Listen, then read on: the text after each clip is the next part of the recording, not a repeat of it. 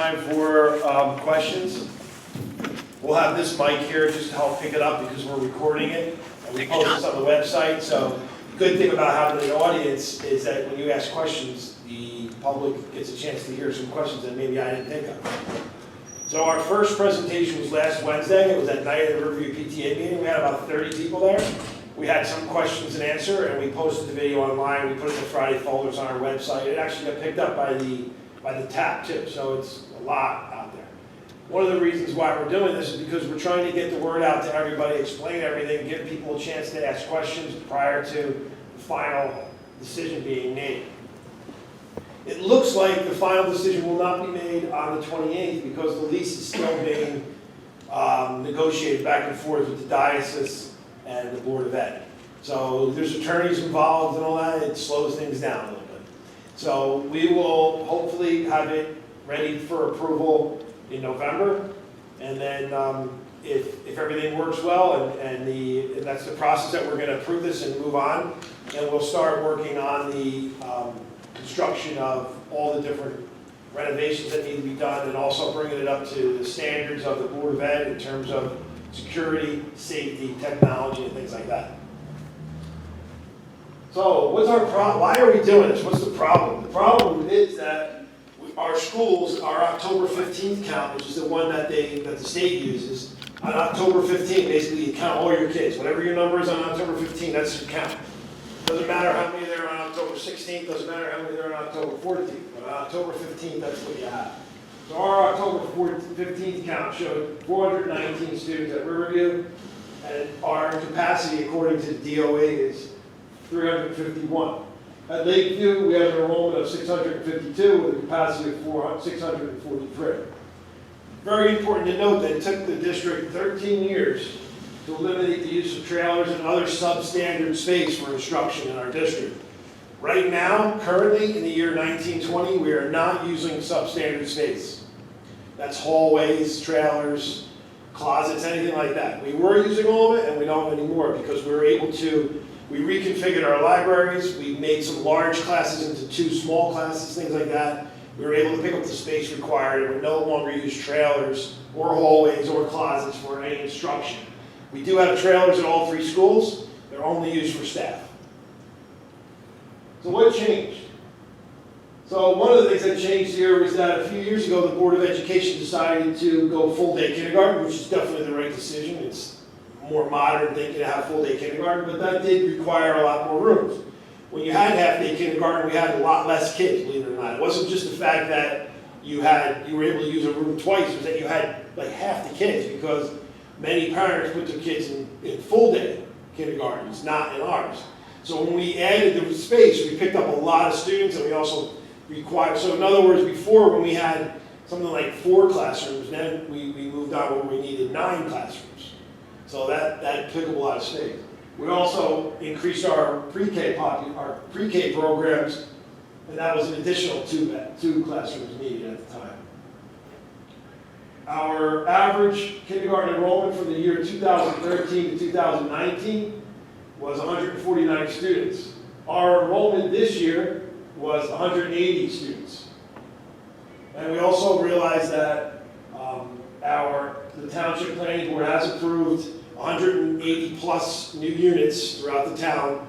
Again, that's in the Planning Board approval phase. There have been no permits pulled for that. Construction has not started, and that means that they're just approved and they can do it. That doesn't mean the builder is going to do it, it just means that they have the ability to do it. And also, our demographic study did not predict a substantial increase in our kindergarten population. So we hired a person, a demographer, who does this all around the state, and his prediction was somewhere around the typical 149, 145 students. But in actuality, we had 180 students. That's a difference of 2 classrooms right off the bat. So we definitely have space considerations in our elementary schools. So here's some solutions we considered. We considered a new K-5 school to be built on district property that is on Nicole Drive south of Route 10. Approximate cost is $30 million, or probably more like $35 million now. And That would require a referendum and debt. Another really nice fact about our district is we're in the 10% districts in the entire state that don't have debt. We've paid off all of our debt. We do not have debt. It's a very small minority of school districts in our state that don't have debt. And at the same time, we're able to maintain our facilities. If you walk around, if you go to any of our facilities now, you don't look at it and say, wow, there's things broken all over. Everything is done nicely. Our security is up to date. Our technology is up to date. We also looked at a 10-room addition that would have also included some HVAC and and an elevator, because we would have had to have made it handicap accessible. That would have been about $10 million. That's at Riverview. That would have required debt and a referendum. We considered a small addition at Lakeview. That would have required a referendum as well. But that was something that was pretty much a non-starter, because I wasn't in support of that, because the school is already too large to begin with. Just had so many spaces for an elementary school. So when St. Mary's was about to close, and there was talks about it, and then it actually did close in June of 2019, we started talks with the parish and the diocese about the possibility of us leasing space there. We did ask about buying, and basically the word from the diocese and from the parish is they are not interested in selling the building. So we went from purchasing right to leasing. So we talked about leasing. There's some renovation that need to be done. We need to do some roof work. We have to work on accessibility, technology, security, some electrical changes, things like that. Approximately $350,000 at this point. We also have some office and classroom set up, basically some furniture, things like that. And we have an estimated total for the one-time cost this year of about $376,000. And very important to note, we're looking at a 5-year lease. The main reason for a 5-year lease is due to the fact that the Department of Ed will not let a school district enter in a lease longer than 5 years. So we don't have a choice for that. But the way we're structuring the lease, it does give us options at the end of the lease to extend it. So we looked at a few possibilities for St. Mary's. The first thing we looked at, which was something that Sandy and I really felt strongly about, as well as the other administrative team, was to make a central pre-K-K.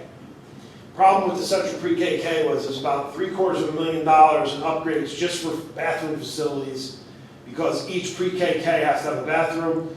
Over there's only 2 toilets in the entire building that were okay for kindergarten and pre-K, and neither in a handicapped accessible bathroom. So it would require a lot of construction. But even more than that, I mean, that was one reason, but the main reason is because the recurring costs for the pre-K were too expensive. We couldn't fit it into the budget. The recurring cost, because we would have needed to, we would have had to hire some more busing, which costs about $50,000 a route. We need about 5 routes for that. So we would have had to build into the budget another $250,000 of recurring costs. And we weren't able to do that. I'm going to get to the finances in a minute. Central 5, we thought about this. We thought it was a pretty good idea. It definitely causes a lot more disruption. And also it would require more busing. We also looked at a small K-5 school. We would be able to house about 2 sections per grade in that building. So it would be a small building. Require more busing again. And we really weren't interested in going down that road. The solution we came up with that was, in the end, something that we all could buy into, was to split Riverview into Riverview East and West, basically, or an annex. So you still have one school, under one administration, one faculty, but you have 2 buildings. And right now, the plan would be to take the students in grades 4 and 5 and move them over to the annex, and then keep grades K through 3 at the main building. And the reason is, again, going back to the bathrooms, we really couldn't do the kindergarten thing, so we'd have to build bathrooms in there. Right now, it's not our building. It wasn't really something we were considering. One of the things that may happen, remember, in our district, everything south of Route 46 goes to Lakeview, everything north of Route 46 goes to Riverview. We do have what's called a flexible attendance zone that allows us to move kids that are in that zone to Riverview. But all kids in that zone are zoned for Lakeview. It's just that our policy gives us the ability, for efficiency purposes, to be able to move kids to Riverview rather than Lakeview. For example, if Riverview happened to have, say, 3 kindergarten classes of 17 each, and Lakeview had 5 kindergarten classes with 21 each, we could move 1 or 2 kids from each class, if they were in that zone, to Riverview, and it would balance it out. So here's some other costs, recurring costs. Here's a little bit of a primer on school finance in New Jersey. So we have pools of money. We have a pool of money that's in our reserves, and that's for all maintenance items and capital things. Like you could redo HVAC units. You could actually put an addition on something if you had enough money in your reserves. That's one pool of money. That money cannot be used for any recurring costs. Like you couldn't use it for a lease. You couldn't use it for personnel. You can't use it for anything that's recurring. Only for maintenance and capital. Then you have your other pool of money, which is your regular tax levy. That's the money that comes in from the state, from the local taxpayers, and then we also get some money from the state and the federal government. And we do have some money that comes from other sources that we were able to work out, like some tuition, some advertising revenue, things like that. So here's the problem with the recurring costs. In our budgeting system in New Jersey, there's a 2% cap on your tax levy. So in our district, with a budget of about $33 million, around $31.5 million comes from that tax levy. So that $31.5 million can only go up by 2%. Now, our typical recurring costs, like increases to staff salary, increases to benefits, increases to gas, electric, any of those things, goes up about 2%. So to try to add something else in there is very difficult. We're fortunate this year because we have some banked cap. That means that at one point we had the ability to raise taxes more and we didn't. And the state lets you carry that ability over for 3 years. So we didn't use all the tax levy we had last year. So we can take that money this year. We also will get, according to the state, another $122,000 in state aid that we're not accounted for. And couple that with what we're assuming is going to be a waiver for health care, because health care benefits go up faster than the 2%, and the state allows you to do that outside. We feel very strongly that we can raise the budget this year enough to be able to cover all this, plus including all of our typical increases. But it's going to be tight. We've been very, very straightforward with everybody. It's going to be a tight budget year because anytime you're trying to add, almost $500,000 in recurring costs to the budgets in 1 year, it's very difficult. We've never done that size project in 1 year. But we do have to decide to do this year because the diocese does have other suitors for that space. So it's either us or somebody else is going to take it. So here's our lease cost. This is the cost of the lease that we negotiated with the diocese. So the first column of the year, in this particular lease, it's a 5-year lease, but the first year would be eaten up by just the construction. So we would take over on December 1st if everything works out, and we would pay $75,000 to the diocese this year, which helps us because remember we have a hard time adding stuff to future budgets, so that actually helps us. And then the lease, to help us be able to recover from adding this, it slowly goes up a little bit. So for next year, it would be $175,000 for the lease. But because we're doing that, what I talked to you about before, the $350,000 in projects, I've negotiated with the diocese that we're going to get a $150,000 credit paid over in the second, third, and fourth year. And the beauty of that is it allows us to reduce the cost that comes out of the pool of money that's recurring and use some of the money from the capital reserve. So our first year, the lease is $175,000, but we're going to get a $50,000 credit, so to us it's $125,000. In year 3, it'll be $200,000 with a $50,000 credit at $150, and then so on. And then the last year we pay, they give us our 150s over, and now we're paying the full amount. And that last year represents an increase of $1 a square foot. So how do we pay for this and how much do we have? So all the renovations, a lot of the technology, all the security improvements, we're going to be able to use that pool of money. We have about $5 million in the bank for repairs and anything capital. So that first line, that takes up a lot of that money, right? We have $350,000 in upgrades we have to do, and that's going to be, we're going to be able to use that $5 million to pay for that. Then we're going to have, our one-time startup costs, they have to come from the budget. We can't use maintenance and capital reserve for furniture. We can't use maintenance and capital reserve for anything like that you touch, basically. So you could use it for technology like Wi-Fi. You could use it for security cameras, but you can't use it for like a Chromebook. Does that make sense? And then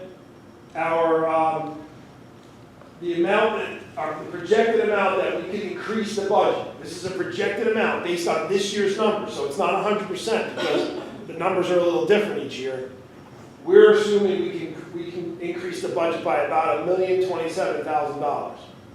So you have your typical $623,000, that's your 2%, and then those other things that I just talked to you about brings up our budget increase of about $1 million. So we can do it, but it's still not going to be easy because we're adding so much money to the budget in one calendar year. So here's some things that are included in the budget. We have some new personnel. So we're going to need custodians. We need a counselor who's also going to do some CST. We need some additional tech support just because we have more space now. We may need some additional speech and OT, and we have money for that. We're also going to need help with nursing services, so we have in the budget some money to pay for an outsourced nurse to be in that building for about 5 hours a day. We have a small amount for a teacher in charge, which would help basically run the building. It's like the go-to person. If both principals aren't available for some reason, somebody's there. And we also have money in the budget for additional security personnel. I put that because I can't guarantee it'll be a class 3. We'd like to have a class 3, but because every other district in the state wants a class 3, there's a little bit of a shortage for a class 3. So it'll be some kind of security personnel there. We'll definitely have something. It could be a retired police officer, it just doesn't happen to be a class 3. But if we can get a class 3, we will. Some of the things that are not included in the district, but we'll have to make room for in the budget. So these are stressors to the budget. We don't have additional administrative personnel, no additional teachers, additional transportation, behaviorists, or secretarial staff. That doesn't mean we won't have them. It just means that we're going to have to either cut something else to make room for it, move somebody from one spot to another, something along those lines. We're still going to need some of it, but it's not currently in the budget because that's the way it's set right now. So this next part is, I'm going to hand it over to Mrs. Theodoropoulos, who's the principal of Riverview. She really is going to take this part home because it really wouldn't be proper for me to make some of these decisions, and really she's the boots on the ground for this one. So she's going to come up and speak to us a little bit about what she sees for this. Thank you. Thank you, Mr. Forte. So we're going to talk about a little bit what this is going to look like on a daily basis. So first of all, as Mr. Forte said, it's 4th and 5th grade. So we will have a wing of 4th and 5th grade students. Right now, everything that's the identifiers, such as the religious artifacts, currently at St. Mary's, will be given back to the church. And we will put our Riverview identifiers on. Riverview School, our Riverview Rocket acronym, our Rocket everything, so it has that look and feel and identifying as Riverview School, including our beautiful vestibule, and gyms are marked everywhere, including our very proud sign of National School of Character. So we'll bring that in. There will be a clearly delineated crosswalk, which is closer to the end of St. Mary's and kind of where Riverview begins, and no students will be walking unsupervised. So that will be clearly delineated so we know where the students can cross. Our related arts teachers, there is a gym in that second building, and it's air conditioned, which is kind of nice. There's an art room, a place we could have STEM labs, so most of our specials will be able to occur in that the Riverview Annex. There will always be a supervisory presence, whether it's myself, Mrs. Theodoropoulos, or Mrs. Sardanapoli, our vice principal, or another staff member in charge. There's always someone there. Lunch and recess, students will have an option to use where our fields right now, because when you look at 4th and 5th graders, they're always, most of them are playing football or soccer in our fields, so we would be able to walk them over for lunch and recess, and they'd be able to do that. And inclement weather days, they would stay at the annex, but the good thing is they'll always have the gym available because we're right there, so that's a plus. As Mr. Forte said, we will have the nurse, we will have additional counselor support to help students between both schools and help with the transition. When we brought this to parents, the question was, what about our 5th grade helpers? Because a big part about 5th grade is that you get to help our kindergarten and our students at dismissal. That will continue to happen. So we have found a way to bring that in and continue to have that leadership, but other leadership opportunities not only to 5th graders, but to all grade levels. So we're excited about implementing those.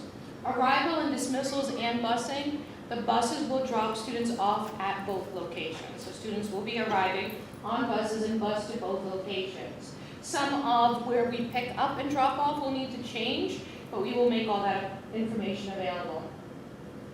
Right now, when you look at the building, it doesn't quite look like a Riverview building, but it will be refurbished. It will have that Riverview look and feel and mission with it. And I just want to remind everyone that it will have our Riverview standards, and above all, there will be 2 buildings. It's one school. And we continue to have that united mission and united vision of what we are at Riverview School. With this change, we do think there's some great opportunities. Currently at Riverview, as Mr. Forte explained, we are at capacity. We've done a very good job at creating small spaces and sharing rooms and trying to manipulate, when students come in at the beginning and the end of the day and that. But with this addition, we know that we will gain some of that space we need. Right now, we have music on a cart. Actually, he takes music in all different locations depending on the day of the week. If this does not occur, then most likely I would lose 2 other specials. So it'll be art on the cart, STEM or computer lab on the cart. I won't have those rooms currently to be able to facilitate those because I need them for classrooms. Also, the excitement of 4th and 5th grade teachers, and I think we can get the students on board, is just having targeted experiences for 4th and 5th grade.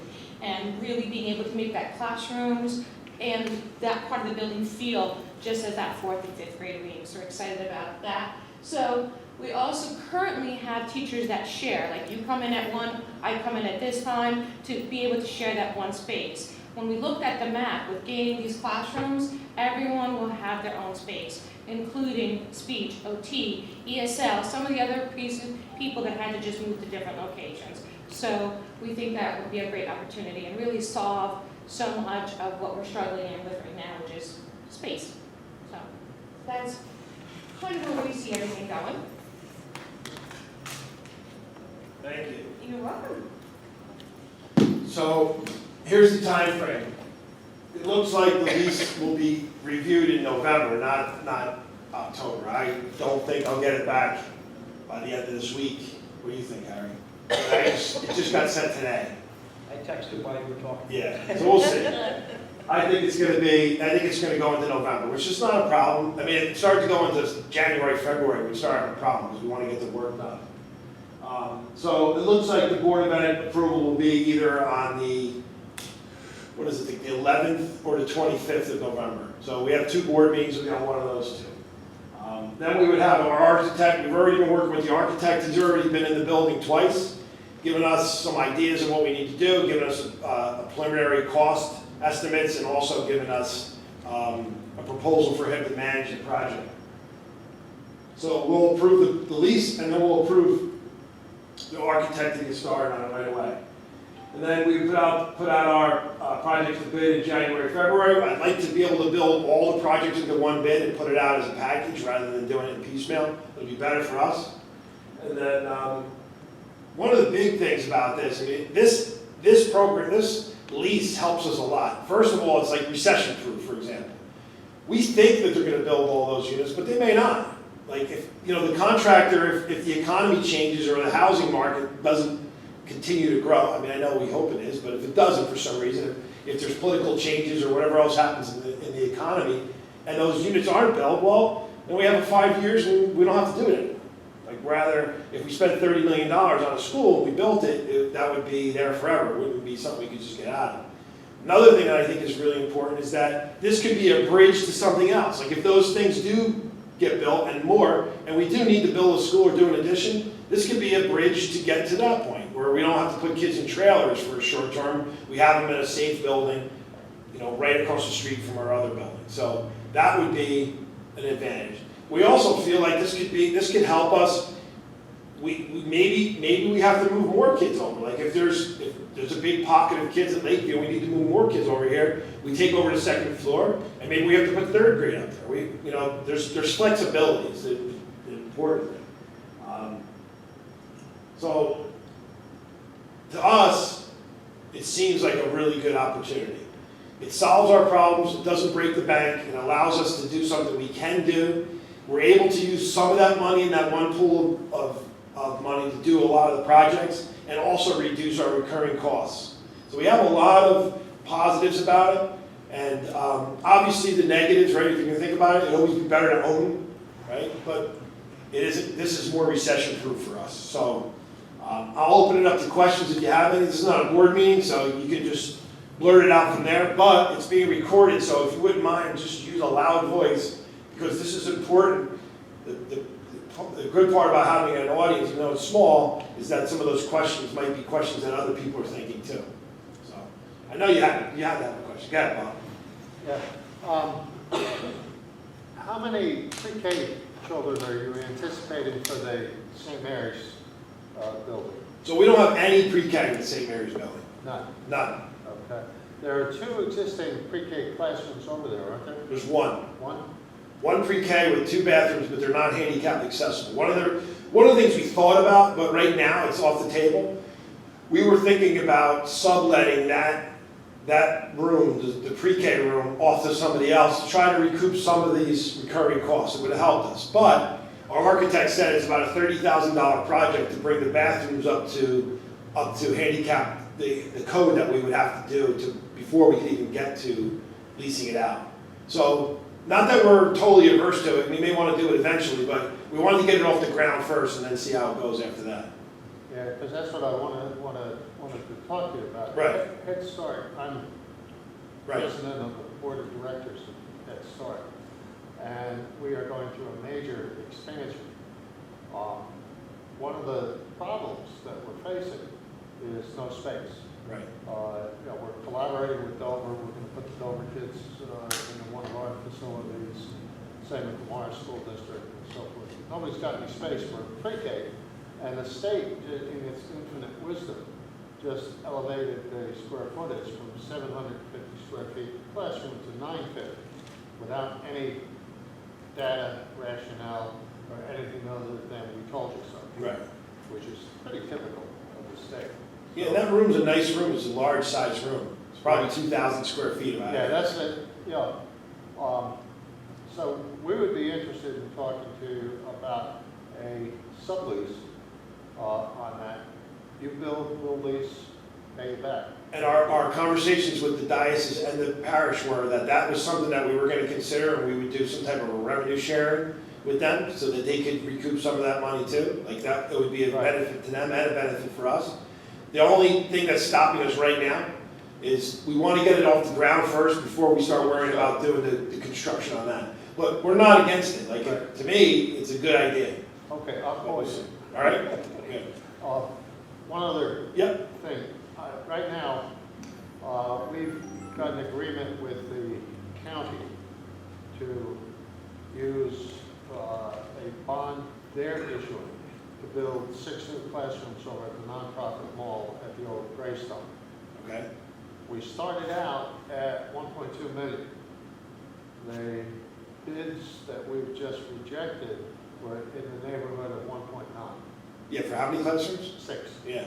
So you might want to take a careful look at your renovation costs here, because Right, everybody was surprised. The architect, the professionals, the county employees, and a couple of contractors that I talked to, just cost just ballooned. Yeah. Yeah, Mike. So, The good part of that though is that comes out of that other pool of money, which helps us. okay. It's not a recurring cost. It comes out of that $5 million we have in the bank for things like this. You want to share? Yeah. Go ahead. Yeah, that was part of my question. First of all, I hope I didn't miss it, but the classroom size that already exists over at St. Mary's, are they able to maintain the class size that you want to have, or a lot of them, or do you have to reduce them, expand them? Their classes are actually large. They're the size of our classes. It looks like it was built very similarly. Like even the tile is almost the same. And the year of construction is, I think, the same year. So I think it's pretty close. Well, that's good, because that'll piggyback on what Bob was saying about the cost, because I've been in the field of, with construction, and construction costs kind of surprise you sometimes. Yeah, it was It sounds not. like you have, some discretionary funding that you would be able to look at, but, yeah, that was my, the only issue not issue, but concern Yeah, sure. about. But it works, seems like it's a win, like it's a win that the size is a good size. Yeah, it's a nice sized school. Yeah. It's only 500 feet from door to door. That's the way you walk too, not diagonally. And just to put it in perspective, it's 750 feet to walk from the back of Lakeview to the front of Lakeview. So it's actually shorter, it's 250 feet shorter to go there than it is. So we've done some of that measurement, so. Jeff, question? And not a question, more so as a comment. I'm pretty active in our community, and especially with the Foundation of Denville, as I'm sure a lot of you guys know. I'm hearing from, when I say both sides of Denville, unfortunately there is considered another side of Denville, which is the other side of Route 10. Right. But I'm hearing a lot of positive feedback from even the Lakeview parents, in as much as that they can see the bigger picture, that this is great directly for Denville, for the school system as a whole, as opposed to just regionally to the kids at Riverview. Now, granted, my kids will obviously benefit because they go to Riverview, and we do think Riverview is superior to Lakeview, but... Coming from the FOD president? Yeah, sorry, as a parent I was speaking there. Just a lot of positive, great feedback with the way you're approaching everything, and I just wanted to sort of say thank you to everybody. I know you guys have put a lot of thought and a lot of time into this, and we think it's all going for the right reasons. So, Yeah, we appreciate that. There's been a lot of thought into this. It's not even like we started thinking about it when the school closed. We heard talk about it, but we were being sensitive because we knew if we start getting it out there, we might take over this building. Well, then obviously the school's going to close because then people are already assuming it's closing. So we were very quiet about it. But for at least a year, it was on our radar of things like that. This might happen. What would it look like? We started talking to our attorney who has experience dealing with the diocese, things like that. So, and even our architect has experience doing this exact same thing too. So we got all the right people in place and started thinking about how does this look, and then just wanted to get it out to the public. Okay. The approval that the town granted for the 116 units up off Franklin Road near the high school, that approval includes 96 three-bedroom Right. units. Has that been factored into your, if they go ahead and build that, that's probably going to result in, over a 5-year period, 100 new kids. That's about what the demographer said, about 100 kids. Well, he was wrong, so I'm probably... Yeah, right, so who knows, I know. The good thing about the demographer though is when there's a new development, it seems like it makes sense what they're doing, right? Like accounting for all the turnover in my neighborhood, to me that seems almost impossible. I don't really know how you can do that because it happens and who knows who's buying whose house, right? But when you're building a brand new development, and they studied this over like the last 20 years in the entire country, right? Now they're going to take a large data set, and but they do have to take a large data set and bring it down. Like in other words, can you look at 1 million pieces of data and then bring it down to 150? Obviously, that's a variable that you can't really account for. But still, you're gonna assume that that data of 1,000,000 pieces of data is gonna be applicable to that unit, right? To the 115 units that they're building. And he does have a formula that accounts for the size and the type of unit. And he has it for rentals, ownership, COA, even commuter villages. He has different types. And what he did was basically looking at all this data over a 20-year period of doing this, he can assume how many children would come out and at what grade levels because of the grade span, what grade levels and how many students would come out of each unit. And then you have to multiply that. Now, if they're doing a 1,000-unit development, probably the data would be closer to being accurate. When you're doing 115, it probably is a little bit, it's probably not as accurate because you're taking a large data set and bringing it to a small. But it's the only thing we have, and what he is assuming from all the different units, it should be about 100 kids. 100 kids is a decent amount. You're talking about five classrooms pretty much, and in a district that doesn't have any open classrooms, we have no space available in Lakeview.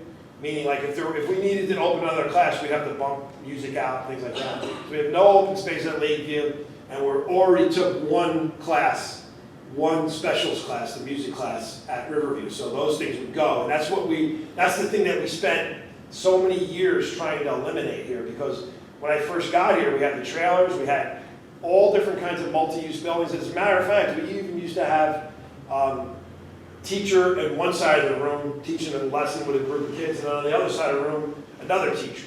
And with your most needy kids, like in other words, a speech teacher over here and a basic skills teacher over there. And you can hear the kids. I mean, it's not like, putting a wall this high in between them doesn't stop the sound from going back and forth. So it took a long time, right? I mean, you guys know, right? It took a long time to eliminate that kind of stuff for those particular reasons. I hate to see us have to go back. And that's the beauty of this. And hopefully we can account for those 100 other people, as long as my neighborhood doesn't keep going so nuts. Yes? Did your demographer take into consideration the Pure Place, what the outcome of that was? Because those are 57 three-bedroom, low-income housing. So what kind of children came out of that? I don't know if he used any of that data in his calculation. So the demographer can apply the new construction formula to previously built. It doesn't work because it's not the same thing. And he wasn't the demographer when Pure Place was built. Right. So those kids are accounted in our other numbers. Right.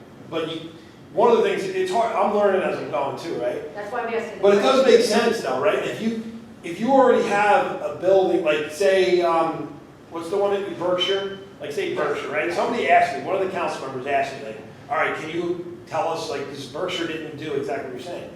But I think 11 children came out of there, out of what? out of Berkshire, when it first. When it first opened, but now there's a lot of kids, right? Yeah, We I have, know, what, but I'm just 10 saying, buses? Yeah, that's right. the thing about, Right. targeting it, Right. hitting it right.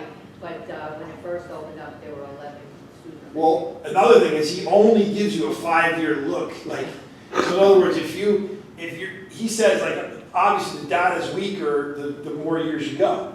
As a matter of fact, in the last demographer's report, actually, not even the one we currently use, both last demographer's reports were off 200 kids in the 5th year. In other words, the school district had 200 more kids than were accounted for in the report. So the further out you go, the less valuable it is. But I still think, and it's just me making an assumption, that number one, we don't have any other way of doing it. Really, there's no other way of telling how many kids would be there. And number two, his data on the new things are pretty accurate. It's the other ones that are difficult, because when does a house turn over, right? I mean, does it turn over exactly the same? And then not only that, does somebody with a 3-bedroom apartment really have 2.2 kids? Maybe they don't, right? So, yeah, Jeff? Didn't Essling Lake development produce more kids than was anticipated? All right, so that was done prior to me. So that was done by the town. So the town supposedly made a statement about that. They never made it to me, so I don't know.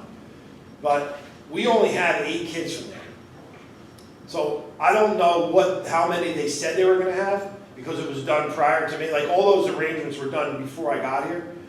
So I couldn't have come in, I can come in now and tell you, but I couldn't tell you when before it was built.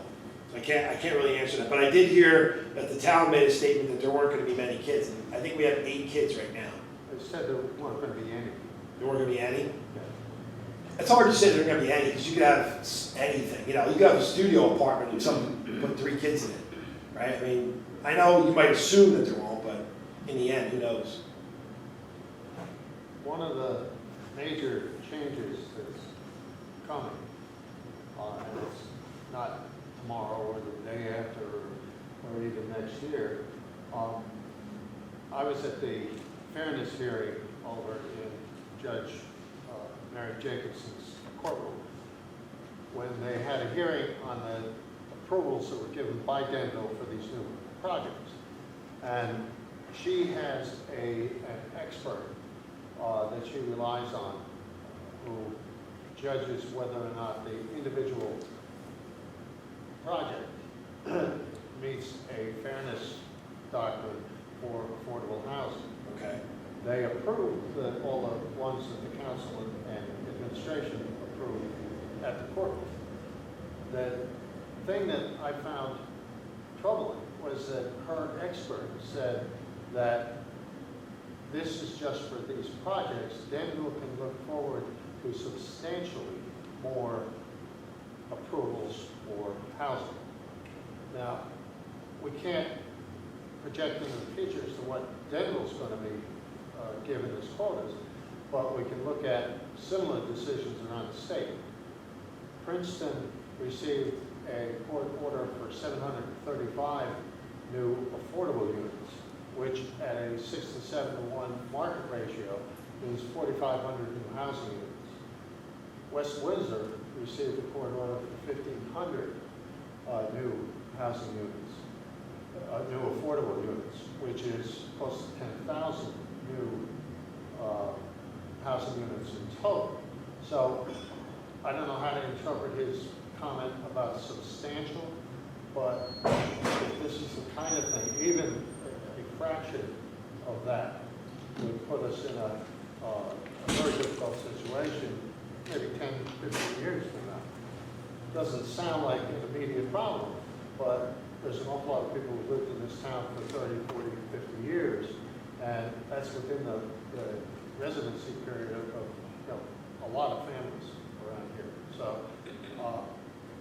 it just, I like your comment about how this project could be a bridge to the future and future schools, because I think at some point we're going to need them. Yeah, I mean, that's a possibility. This is like I said, this may be a long-term solution, but it might be a temporary solution to get us to the next bigger solution. So, but that's going to require a referendum. And that doesn't require taking on debt. I see Don's face back there. He's totally anti-referendum. But that's okay. Look, that's what makes the world go round. I just happen to be finishing my dissertation on referendum. So I actually don't like it, but I learned a lot about it. So, but it might require, you're not going to be able to build a $35 million school, obviously, without a referendum. We also, Don knows this, there's no way we're doing an addition for $10 million without a referendum, even $8 million, right? We wouldn't even want to use $5 million. We wouldn't want to use all of our money. You'd have to go for some of it to the public.